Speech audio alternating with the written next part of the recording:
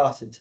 Yeah, so thank you very much, everybody. This is the fourth session in the CHPR seminar series. This one's kind of unique because we're doing it in a hybrid setting. So for the people online, you can't see, but we have an excited looking audience in person as well with us. So yeah, so we're going to be finishing at 1:15. Annarita, our guest speaker, is going to start shortly. She's going to speak for about 20 minutes. And then we're going to have some space at the end for questions. The recording is going to be put online onto the Leeds Beckett YouTube channel. Also will be going to be shared via our newsletter networks and things.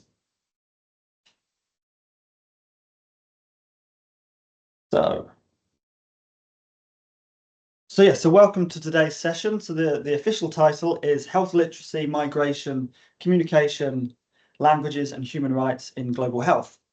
And we're very pleased to welcome Professor, I think it is, Annarita Taronna from the University of Bari. So Annarita is a Professor of English and Translation in the Department of Education, Psychology and Communication at the University of Bari. Her research interests include the role of gender and in translation studies, cultural and post-colonial studies, the use of English as a lingua franca in migration contexts, and language mediation in intercultural contexts. And also as well, the digital English as a lingua franca in professional online communities. So Annarita's published widely on all of these topics in national and in international journals, and edited volumes as well. And since January 2025, she's been leading the national research project on how to promote health literacy in migratory contexts through effective communication skills. And I think that's what Annarita is going to largely talk to us about today. So I'm sure she may want to say some additional things about herself and obviously about the project, but I'm going to hand over to Annarita and hear all about it. Yeah.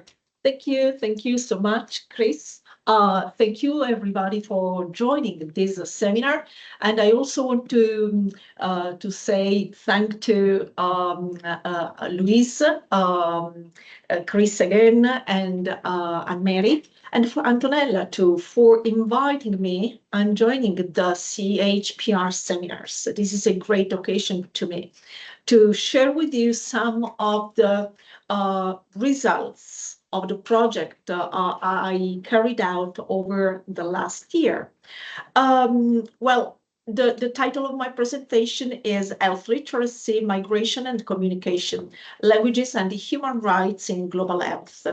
And the focus of my presentation assumes that starts from the assumption that in recent decades, research on health and migration has highlighted how migrants are one of the one of the social groups most exposed to vulnerability, to health vulnerability.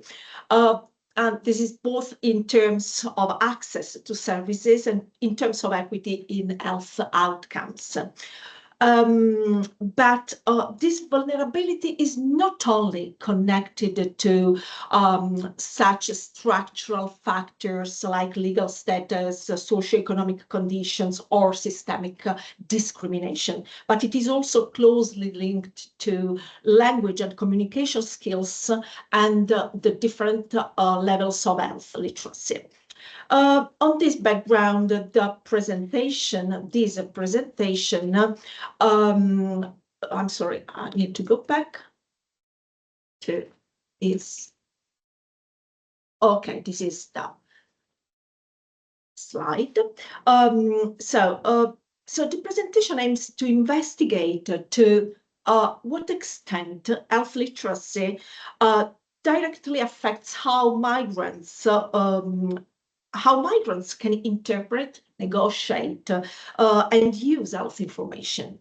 In migration context, this dimensions are intertwined with the experiences of migrants' trauma, displacement, and loss, creating additional communication and relational barriers that compromise the migrants' understanding of messages, trust in institutions, and the ability to navigate healthcare systems.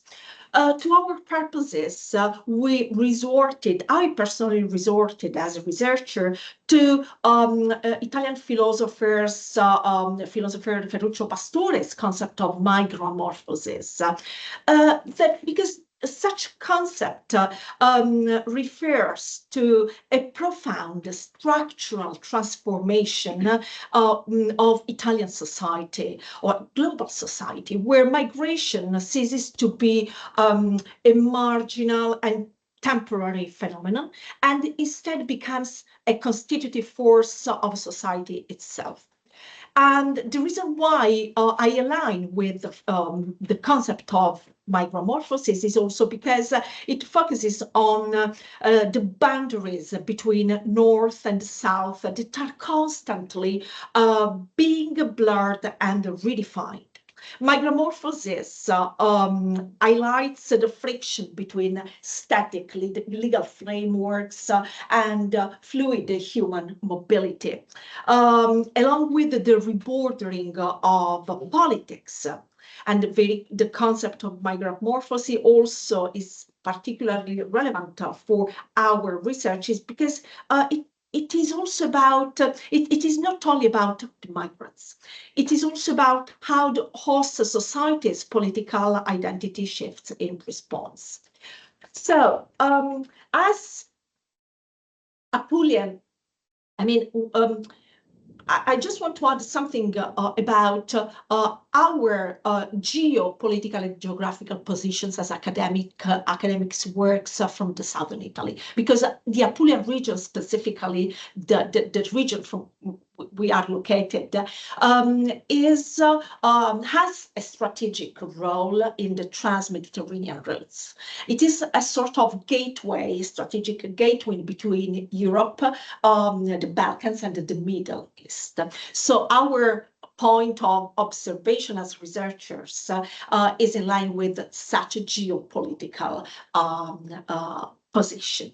So, I just want to share with you some of the theoretical premises that feature our research in the field of health literacy, migration, and communication.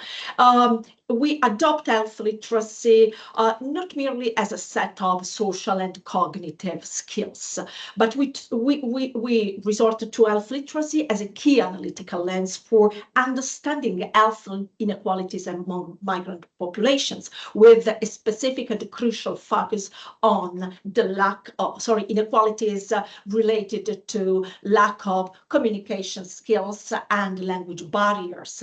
Actually, as linguists, we identified language barriers and the lack of language mediators, experts, interpreters, translators has a strong and rigid obstacle to health literacy and health information.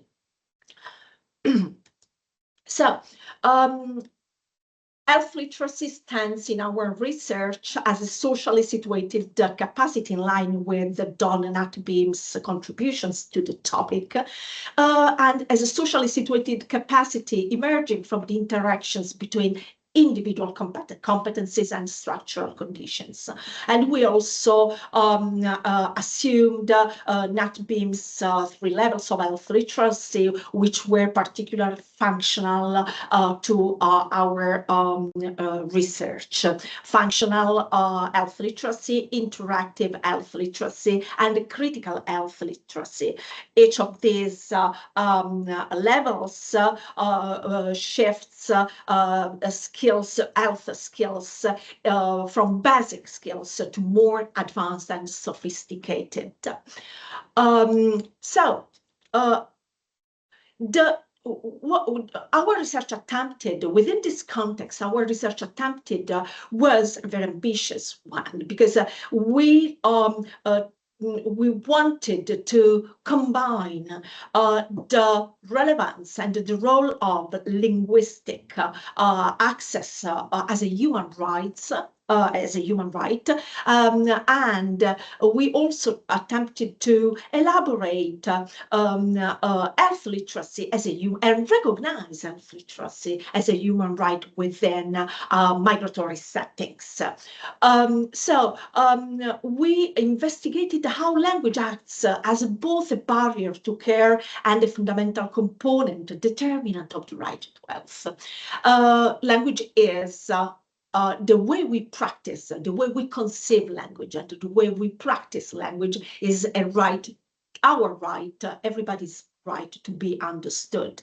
Language is a determinant of health and a human rights imperative that was also inserted in the global health justice agenda. And health literacy is a human right too, and which can be conceived as a shared capacity built on structural responsibility. That is state responsibility to smooth, to mitigate inequality between residents and migrants.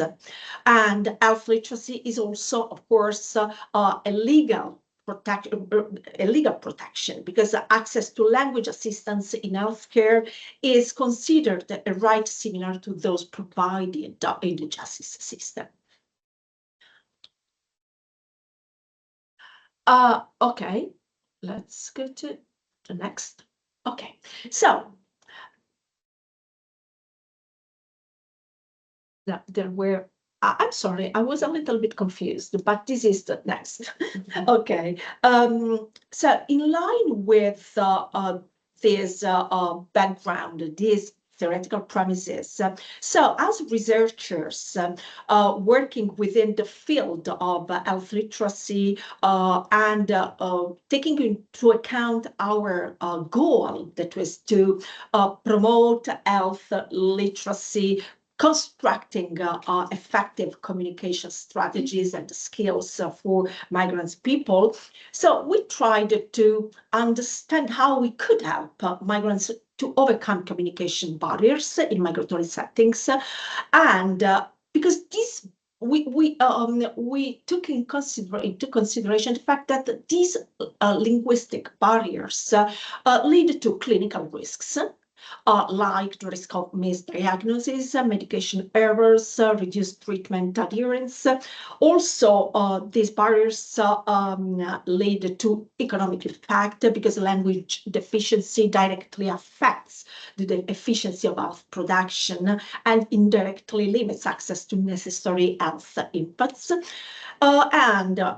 These linguistic limits and barriers also lead to psychosocial distress, since migrants often experience high rates of mood disorders and mental health challenges, which are exacerbated when they cannot effectively communicate the needs to providers.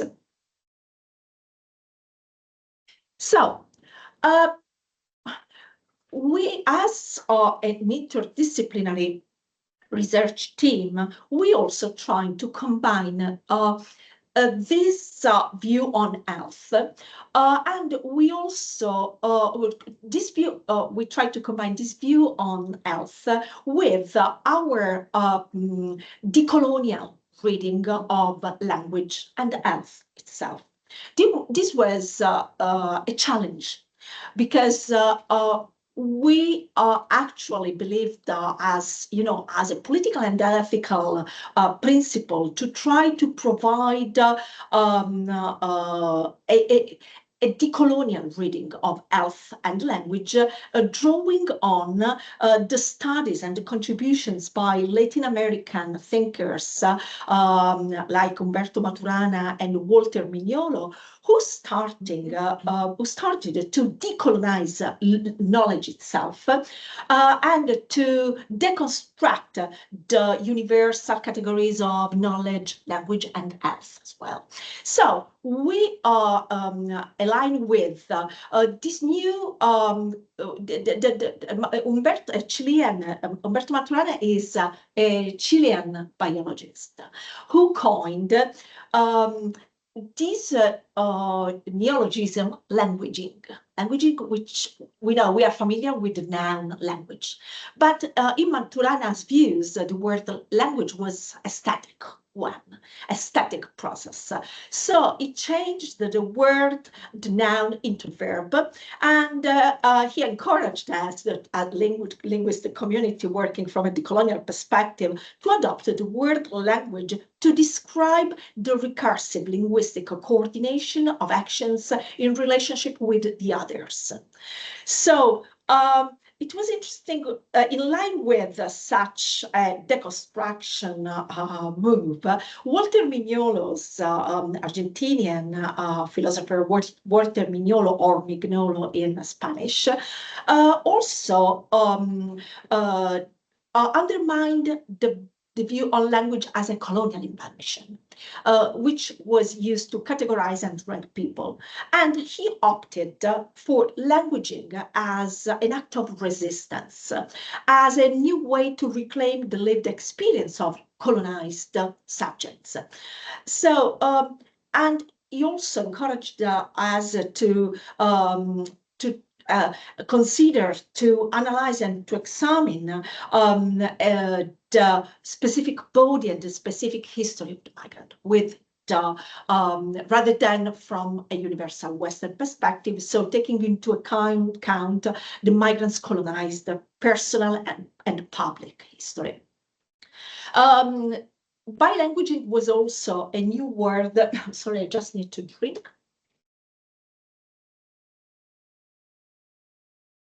So, from Mignolo's perspective, bilanguaging was also a new word conceived not as a being bilingual, but as existing between two languages and cultures in a way that it creates new critical consciousness, that also coincides with the philosophy of border thinking.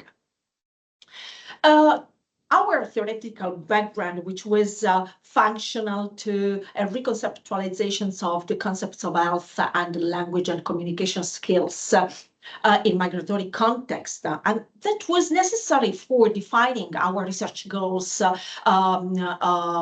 our Aspire project.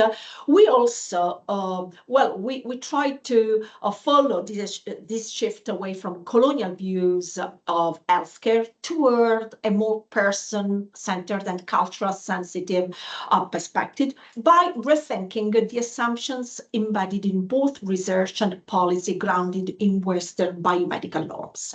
So we also draw on Puerto Rican philosopher Nelson Maldonado Torres, who actually studies and conceptualizes health as an ontological and political condition by echoing Frantz Fanon's distinction between the colonizers and the oppressed, the wretched of the earth.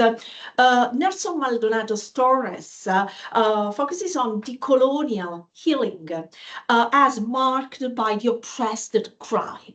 The oppressed cry is something that makes them visible, that asserts, it's a sort of expression of pain that asserts that they are there, that we are here. And in line with such conceptualization, Nelson Maldonado Torres also provides us with this interesting concept of the ethics of care as a way that needs a deconstruction of the colonial ego, which seeks to dominate and try to replace it with a commitment to the other.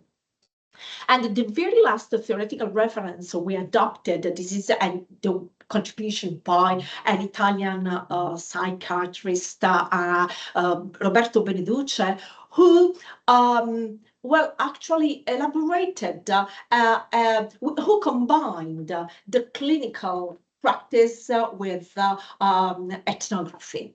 And Roberto Beneduce usually pushes us to consider the clinical as political. Symptoms like anxiety or psychosis in a refugee are often not just disorders, but responses to colonial history, border violence, and legal precariousness. Such symptoms are part of their narratives. Beneduce also refers to creolization as a method. We need to take into, when dealing with the migrants' narratives, we also, since from the autobiographical and from the more clinical perspective, we can't avoid ignoring their languages, their indigenous languages, the minor languages, and the colonial legacy behind such languages. So we need to recognize such narratives as legitimate symbolic languages used to process social injustice and trauma. And just the two last concepts that Beneduce shows refer to the possibility to conceive, the need to conceive the migrant's body as an archive of history, actually, also of a history of violence and abuse and torture. Beneduce also warns against the risk of epistemic violence. That is the act of forcing a patient's experience into a Western diagnostic category. Well, I wanted to show these theoretical premises with you, because they were something that they were the theoretical basis on which we actually built our project. As a community of researchers, sorry.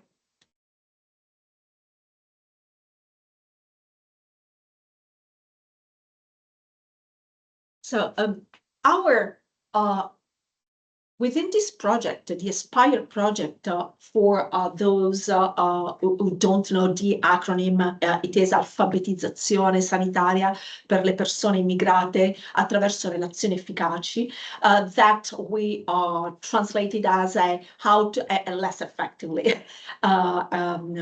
translation, how to promote health literacy in migratory context through effective communication skills. Well, we are, as a community of researchers and scholars working within the fields of language, translation studies, psychology, social psychology, clinical psychology, and pedagogy and the philosophy of law, we attempted to work on, we attempted to combine our theoretical background with some practical implications on strategies to be adopted and activities to be promoted to encourage health literacy in migratory context. I just want to give you a more detailed context where our research activities were conducted. Specifically, our young researchers conducted interviews. Okay, thank you. They collected data within classes of Italian as a second language, a foreign language for migrants. So they also collected data according to the research goals I'm going to show, interacting or creating a trust relationship between teachers of Italian as a foreign language for migrants and the migrants themselves. So within this this context, we collected data and we built models and prototypes of health awareness and training in the context of health literacy, prevention and care path for immigrants and residents in reception centers and in the Apulian region. I also want to specify that one of the preliminary aims within within the classrooms of Italian as a foreign language for migrants, we also try to monitor to what extent pedagogical didactic materials included issues of health literacy. The second research goal was to monitor and quantify how migration trauma may inhibit language and communication skills. That's actually affecting access to preventive and medical care.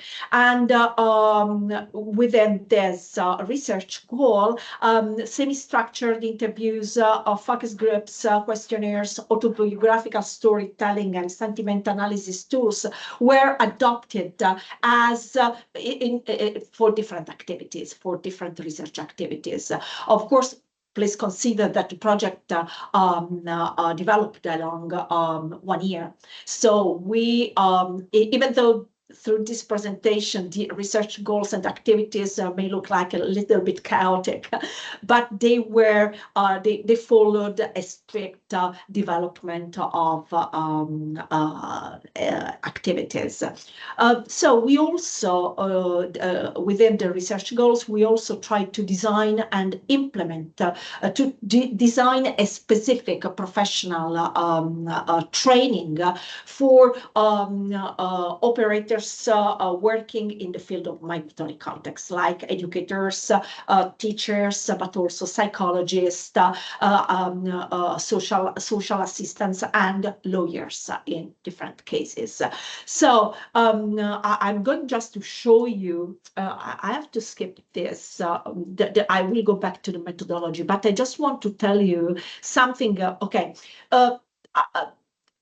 A very important part of the project was also, as I mentioned, the training and the research seminar series we promoted for. They were completely free of access, and they were promoted for training professionals from different fields in working in the field of language migration, language mediation, institutional responsibility in working with migrants, lawyers working in the field of legal status for foreign nationals. So we prepared and we provided a detailed and in-depth training seminar series for all the operators working in the city of Bari. And the title was Knowledge for Caring. Okay, one of the things, one of the most concrete evidence of the project was, which was closely related to the main goal of the project itself, how to promote health literacy. One of the things that was closely related to the linguistic needs of the migrants was to provide them with some traditional but also multimedia materials with the most important information to get healthcare assistance.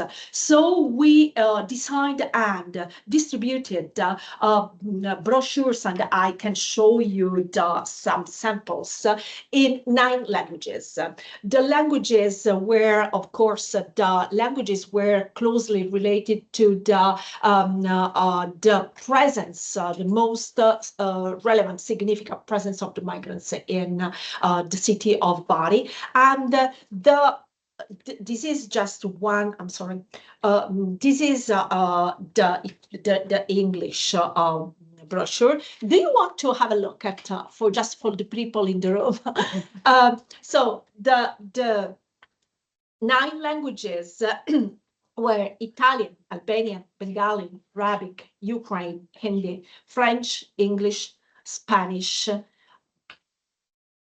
Okay, and they were they were they were also converted into a multimedia format. They are also available online, and they are distributed in hospitals, in organizations and centers who support women who suffer the gender-based violence.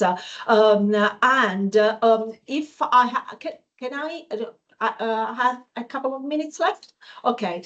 Can I have an internet connection from here just to show you the website and how the website provides all the multimedia material? Thank you, Chris, for assisting me.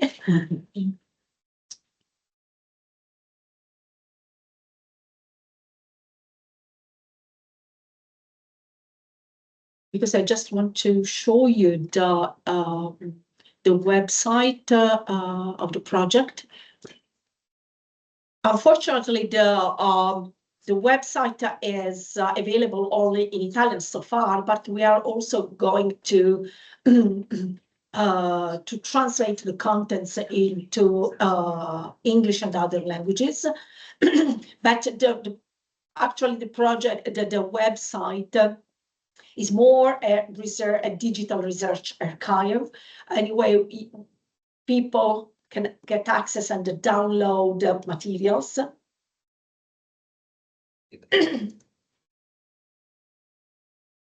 Okay.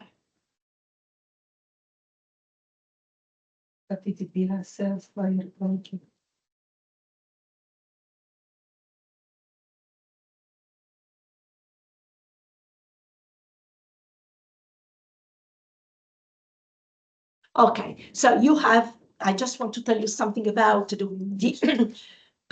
digital architecture of the project, because here we have a short presentation of the team.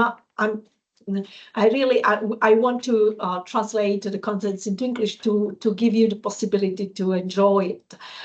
Anyway, Marco and Gaia, they were the two research fellows who worked on the project, and Annarita, myself. And okay, here you have the possibility to follow and download the full training pathway we designed for the operators, and they also speakers invited to give their talks from different areas also shared with us some PowerPoint presentations. So we provide researchers and general users to download the videos, and also okay, and here you have the possibility to download the digital brochure in 9 languages. This is the Ukraine file, just to have a more concrete idea for people connected remotely.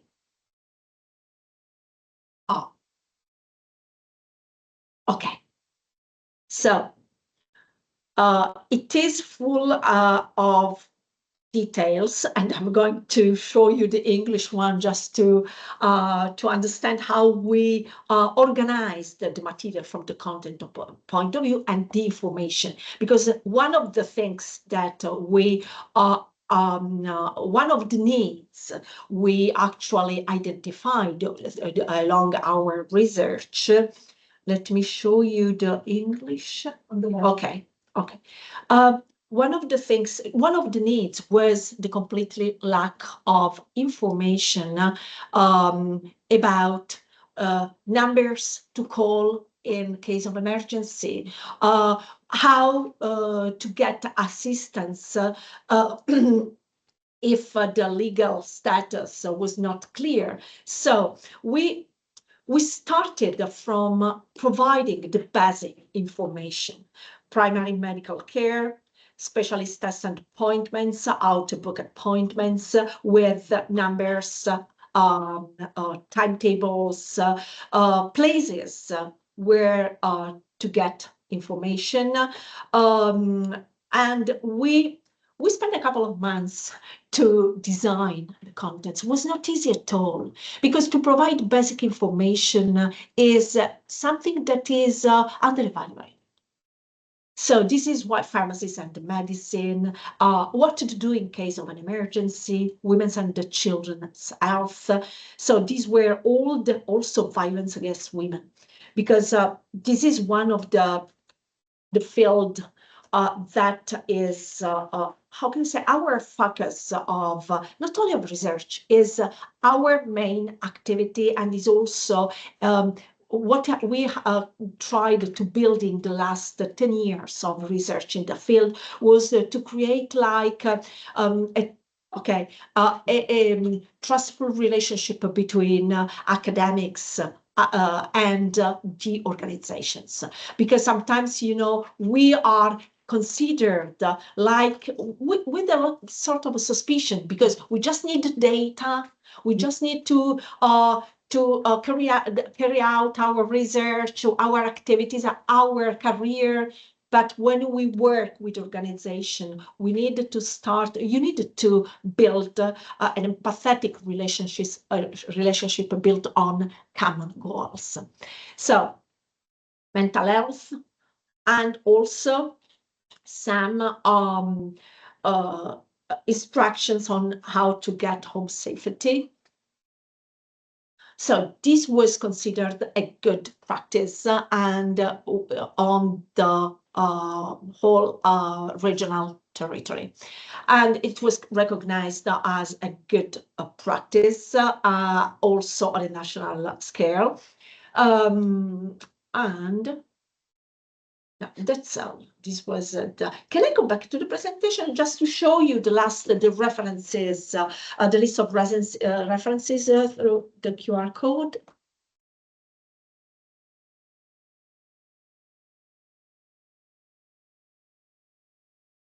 Just the very last slide.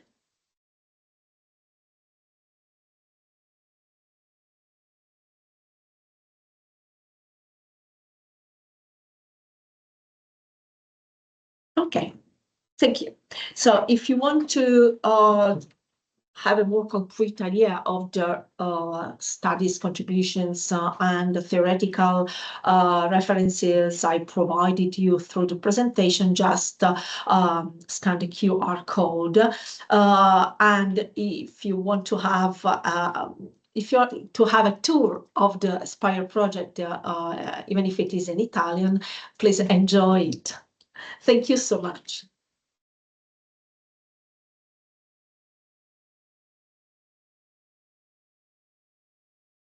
Thank you very much for that, presentation, Annarita. So we've got a couple of minutes left over. So if anyone has any questions that they would like to answer, like to ask, sorry, now is a time to do that. Anne-Marie in the room with her hand up. So we'll start there. Thank you, Annarita. That was really interesting and really useful to see all the range of languages that have been produced in, and the information. I have a research question as a researcher. You were speaking about trust, and you were speaking about decolonizing health literacy and the information. So I wondered if you had any, how you approached getting the information from the migrants that you were talking to inform these leaflets. Were there any problems? Okay, we can you be just a bit more specific? I mean, how we collected? How you collected that? Because I saw you talked about interviews, but other methods as well.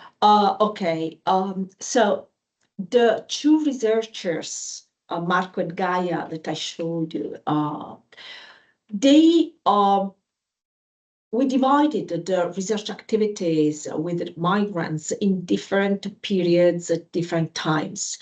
First, they, Marco and Gaia, were in some of the classes, they were attending the lessons with migrants, but before doing that, they participated to some group activities with them, because teachers of Italian as a foreign languages had the great responsibility to introduce them not as a mere external observers.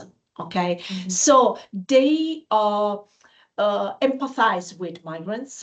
They worked with some interactive activities, also working on some of the readings from the books they were studying in their language education pathway. And then they asked migrants with some protocols, you know, because you need to plan and ask for permissions to interview migrants. So there were some volunteers who accepted to be interviewed by the researchers.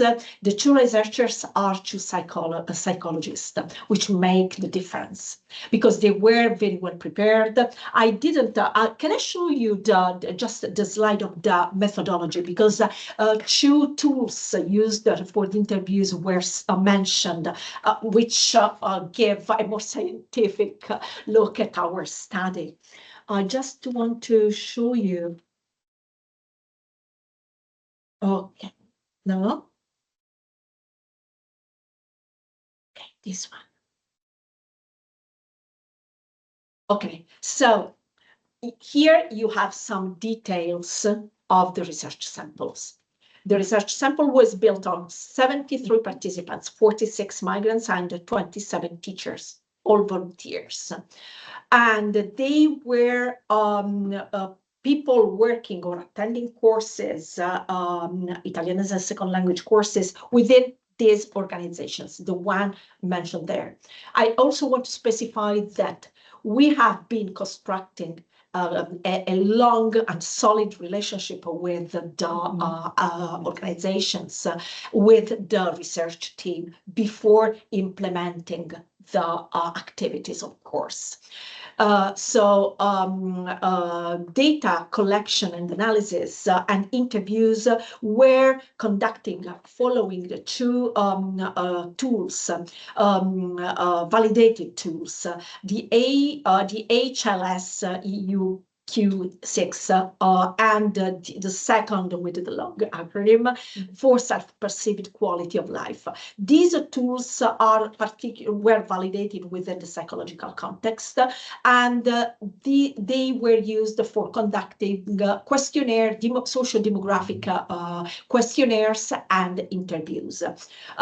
Focus groups were also conducted with migrants, of course with small groups of migrants, with the attempt to identify some specific topics related to the trauma experience. The project was huge. So today was very difficult to show you the results of the scientific results. I made a choice. I just wanted to give you a general idea and to show you the results which are going to be very functional and useful for migrants, because they can take the paper or digital brochures when they are in a hospital or in a center for assisting people for violence or a police station. So they are going to be distributed on the territory. So I don't know if I answered your question properly. I tried, but they were very well organized. I mean, meeting migrants for interviewing or simply for questionnaire is not easy at all. This is something that deals with their choice and their desire. They wish to participate into an ethical project, not an academic, simply academic one. This is what we try to do, and the two researchers involved in the activities were also able to develop a friendly relationship, something that was very you know, how can I say, that humanized our work as academics. Thank you. You're welcome. Really helpful. Thank you for asking. Right, yeah, thank you very much for that question and for that answer, Annarita. Is there anyone who's joined us online who's got a question that they're desperate to ask? We've got time for one quick question. No, I can't see any indication at the moment. But yes, thank you very much. In which case, I'm just gonna move on very quickly.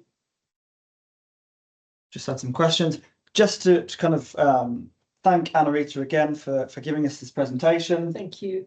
A reminder again that it has been recorded and will be shared widely. So we do now have a specific page on YouTube where all of our seminar series recordings are going to be going. So you can access it via the link or via the QR code. We're always open to conversations about future seminars, so you can contact us via the email address, which is listed here as well. Other than that, just a final thank you to Annarita. Thank you. And we'll formally Thank you close for the seminar.